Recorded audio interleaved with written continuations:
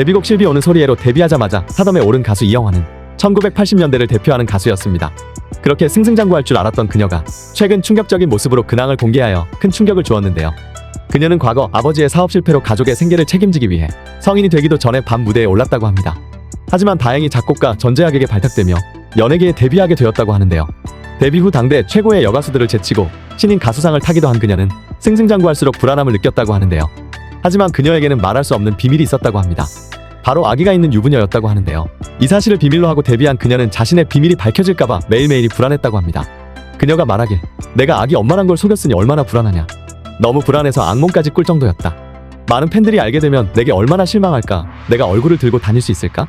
라고 당시의 심경을 전하기도 했는데요. 그러나 결국 그녀는 7살 난 아들이 있다는 유부녀 스캔들이 밝혀지며 비난 속에 추락하였습니다. 하지만 시련은 끝이 아니었는데요.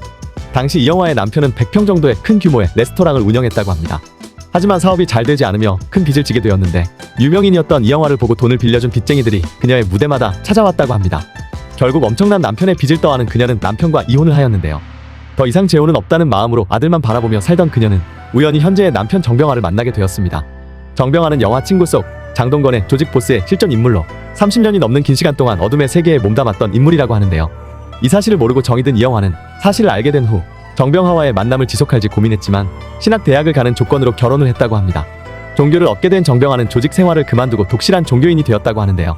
결혼 후 이영화는 심근경색으로 아들을 잃는 슬픔에 빠집니다.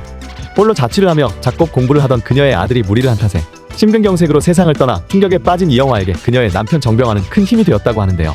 두 사람은 최근 공사장에서 일하며 차에서 숙식을 해결하는 모습으로 근황을 공개하여 또 한 번 안타까움을 샀습니다.